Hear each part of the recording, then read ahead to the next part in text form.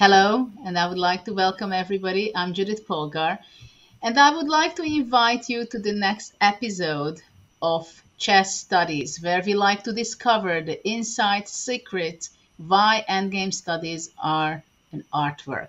Just as amateur players love endgames and also professionals.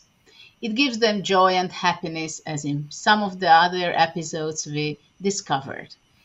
My next guest is going to be someone who was a participant at the Chess Artistry Competition, which is part of the Global Chess Festival for 2021. And please welcome him. He's from Israel, Itai Richardson, and you're just 15 years old. Can you tell me a little bit about how you started? How did you get involved in creating study? Welcome.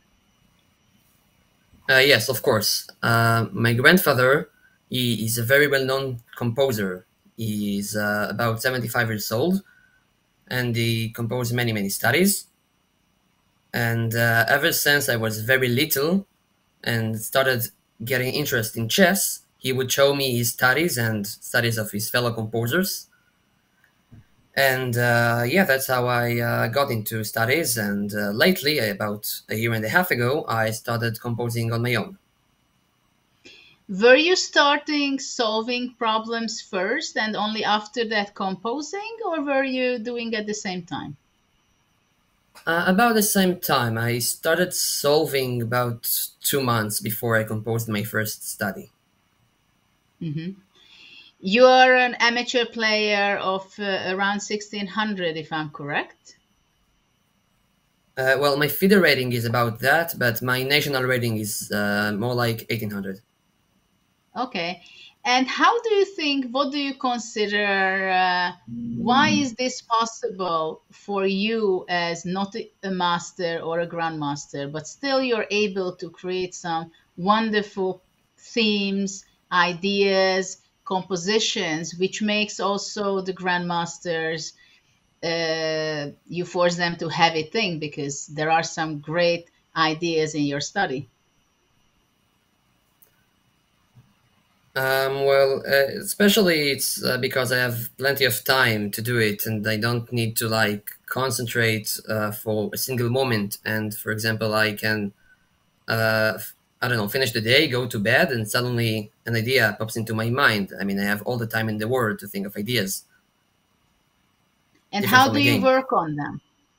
How do you work on them? How long do you work on a study? For example, the study you're going to be showing us. Okay, so about it, I think I worked a few days. I think it was. At first, I got a very simple idea of one of the last moves of after Hmm. b8 queen. After you'll see soon. Well, we're going to You'll see show that. us soon. Yeah, and it was first. It was a bit different. It was also shorter, and then I suddenly saw that I could change something and get to something a lot nicer. And slowly, every day I would add a bit more. I found I can add one move backwards, yeah, to show what happened before one move, and slowly, one day by day, and I got to the final position. And what is the most satisfying for you in creating a study? Which part of which phase of it? When you come, your idea at first, or the progress when you discover new things? I think every part is very much satisfying for me. Which was the point when you showed to your grandfather? I'm sorry. Was there any point where you showed it to your grandfather? Oh, every time I make even the slightest progress, I immediately call my grandfather Okay, so and is show he him. mentoring you? He's supporting you and inspiring you to do more. Yes, very much. Yeah. Well, he should be proud of you because you made something very special. And before we see, I just want to say a few words about this because in the chess artistry competition, there were nearly 50 compositions from the world's best composers of chess studies. And out of this, John Nunn, who was the judge of this competition, gave the fifth honorable mention to you. And I think it's something fantastic, which we are also going to be seeing just now when we're going to have our chessboard with us. And I have the nice role and able to show you some of the great and fantastic ideas. So, Itai, I'm asking you, please describe the basic position. What do we see?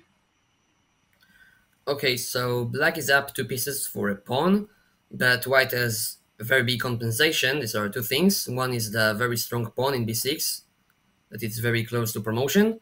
And the next thing is the vulnerability of the king. The black king is very vulnerable. Okay, so thanks for describing it. I think you said everything. The main important message here that white is behind in material. At the same time, I can say that our king on d3 is not just as much vulnerable or possibly as black, but it seems that still the white king is in safer parts. So first of all, I want to show you b7. So this is the first move. It's pretty straightforward. You have a pass pawn. You want to queen, right?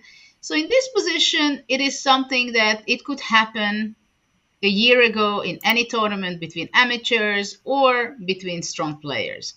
This is exactly what I like when I see something which is practical, which I can relate to, because it can be time travel and things are happening fast. So after b7, there are several ways for black to continue. Right now, there is a main move of bishop e2, but first we're going to see one of the options if black would be defending with queen e8.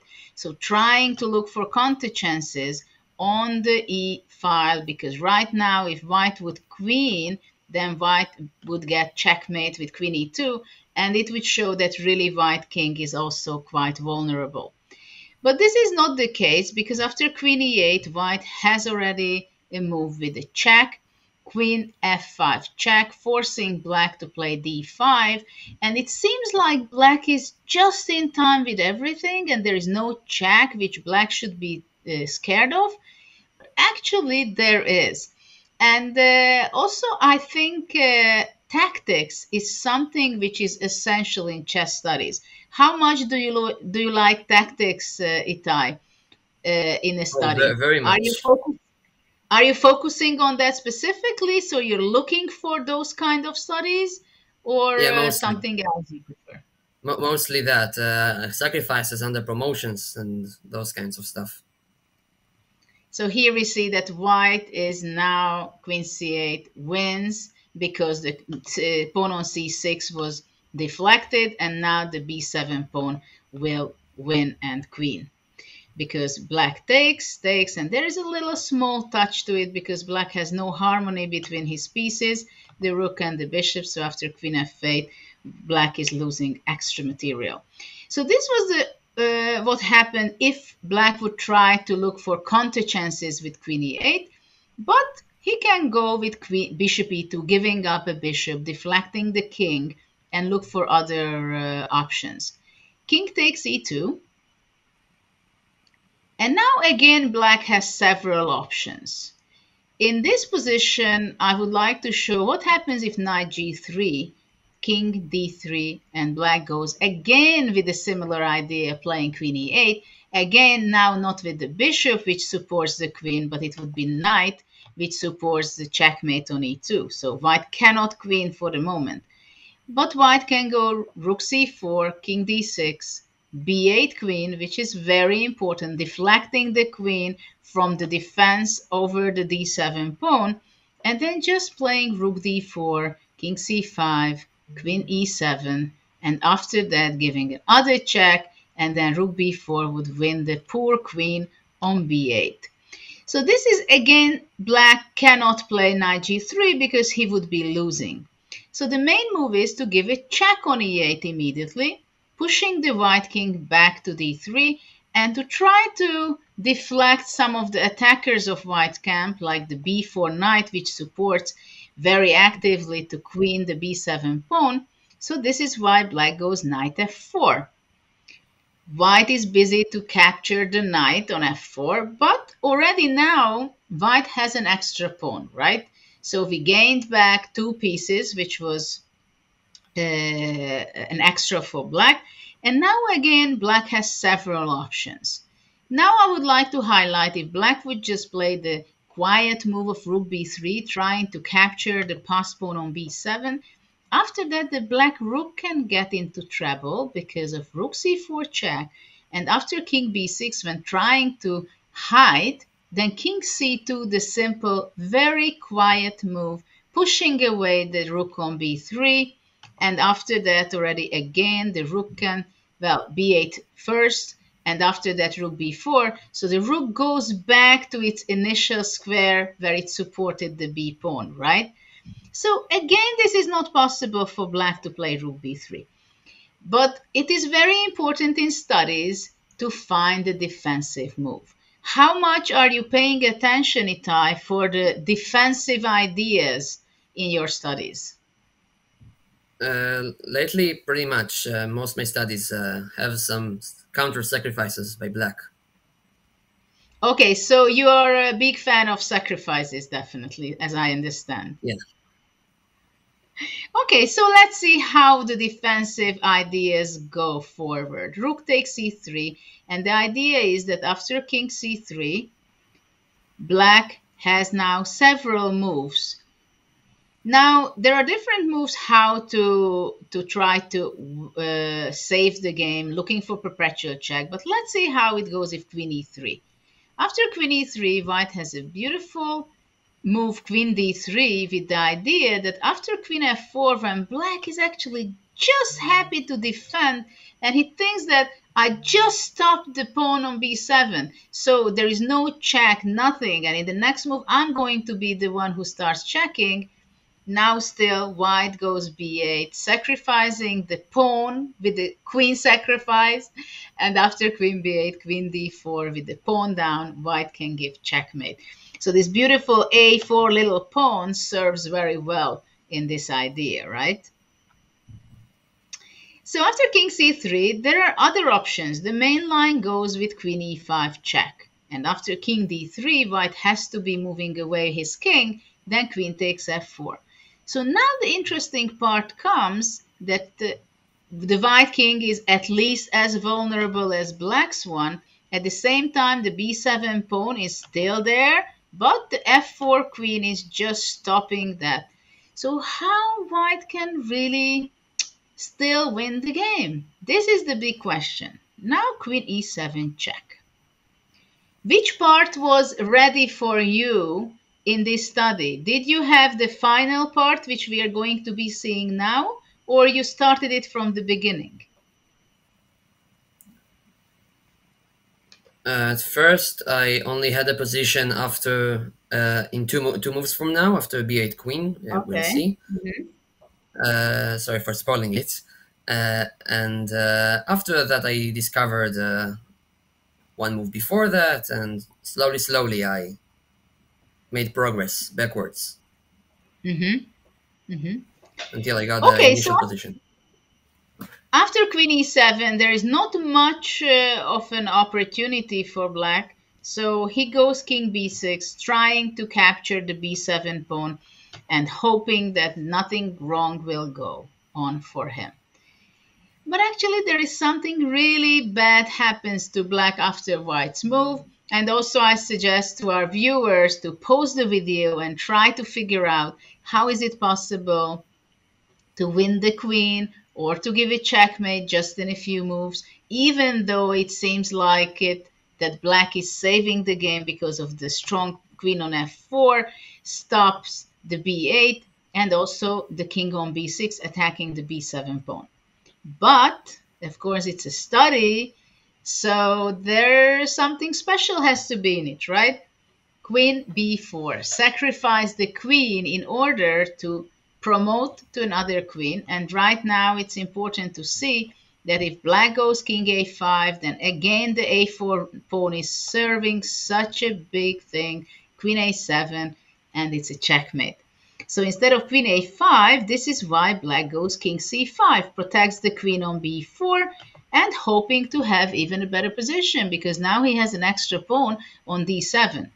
But things are not as black is hoping for because queen f8. Right now, black cannot move away with his king because then the queen would be hanging and captured. So black has to go d6, queen f2 check. And unfortunately for black, there is no way out on b6, on b5, on c4, but the only move is king d5, which after queen f5, checkmate. So congratulations with this wonderful study because I liked it very much, and it seems so that John Nunn, the judge, also appreciated it very much. What are your plans in the future? Do you have any study yourself which you're working on? Yes, I have a few. Okay, so you work at the same time on different Yeah, studies? just ideas don't stop to pop into my head. Ah, okay, so it keeps you busy. Yeah, definitely. Is there a moment when your grandfather tells you an idea that, well, I have an idea, but I don't feel like working on it, make something out of it? All the time. Ah, okay. So sometimes he's the originator of the idea, and then you're going to execute it and serve it in a way as it should be. Yes, definitely. Are you competing in other competitions as well? Yes, yes. I sent many studies to many different magazines. And what is your best result so far? I got first, second honorable mention in UAPA. Okay. Do you think if you visualize yourself in 20 years' time, do you think you will still make compose studies? Uh, yeah, I'm pretty sure I will. Yeah. And as a final question, I would like to ask you that if you want to convince your age group, teenagers, that composing chess studies are fun, interesting, and great journey, what would you say to them? Why is it fun, and why should they try it out?